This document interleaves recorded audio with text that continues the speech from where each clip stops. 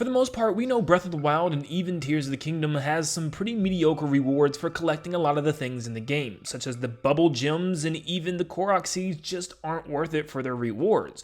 But at the end of the day, sometimes Nintendo likes to throw us a bone and give us something very interesting. And they did for one of the rewards in the game, which is the Ancient Heroes aspect. It's an outfit for Link that completely changes his appearance to match that of the ancient hero. But what does this mean exactly? Who is this figure and how do we even get this outfit in the first place? Well, today I'm going to dive deep and show you how important this character actually is for the Breath of the Wild and Tears of the Kingdom games and what it means for the past and the history of Hyrule as well. But before we get started, if you guys enjoyed this video today and this theory, make sure you leave a like and subscribe. Most of you watching this video are not yet subscribed, so stop what you're doing. It'll only take a couple of seconds.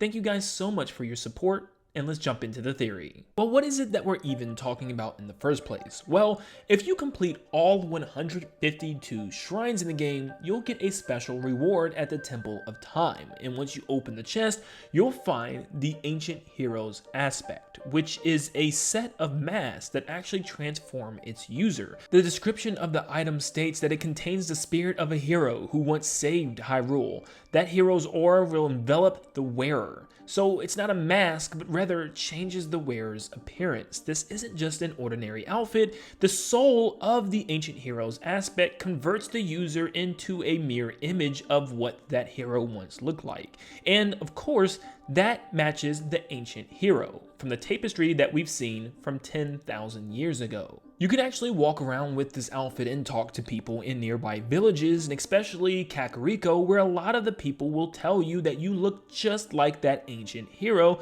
from 10,000 years ago. And Impa will even mention how you look like the hero in that figure on the tapestry, which shows the connections between this hero and that of 10,000 years ago. The comparison between the two is actually pretty one-to-one. He matches the picture perfectly with long red hair, a pointy animal-shaped face, and a greenish colored body with Zonai type designs all over him. So what we are looking at is the ancient hero apparently, the one who saved Hyrule with the Master Sword in hand and with his own version of Princess Zelda 10,000 years ago, taking out the first ever calamity. Now with this in mind, this allows us to start processing and see exactly who this ancient hero was, as we didn't know much about them. But as we start looking at his appearance, we'll start to find some clues that match up with things that we've seen in Tears of the Kingdom. Now let's try to break down this creature's appearance. He seems to be a green animal-looking creature with a wolf-shaped face, almost like the Zonai.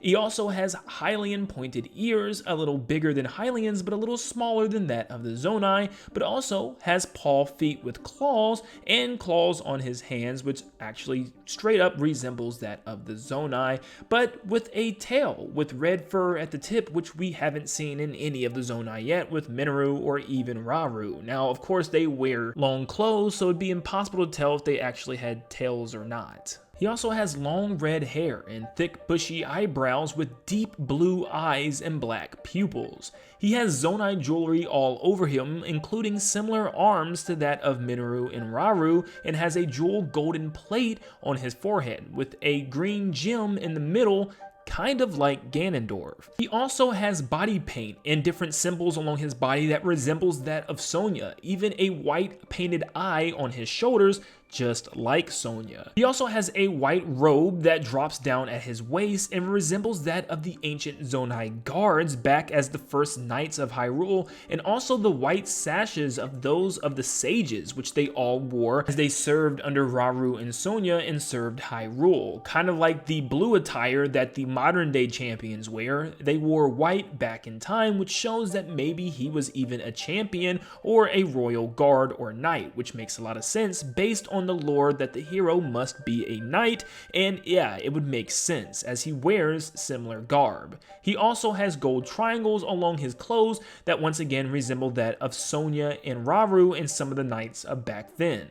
He has 3 masks that drop down vertically at his waist. It's hard to tell what they are or what they're supposed to reference, as one looks like a bird or some type of falcon or owl, and the other at the bottom looks like some type of big-toothed monster creature. But they resemble Raru's necklace and Minoru's mask respectively as some type of animal, and probably has a deeper meaning. I unfortunately couldn't figure out what these 3 masks could mean. Going back to him matching that of the ancient guards, their gear also resembled that of the Zonite gear, even with the same looking headdress, and all of that actually matches that of the ancient hero without the headdress. They have the same clothing and same arms and gear and even ankle bracelets as well, so once again this tells me that this ancient hero was also a knight or some type of guard of the royal family, at least at some point. Once again matching tradition that the hero must be a royal guard or royal knight. So we know what this thing is, and we see how the physical attributes of this character can connect to past figures,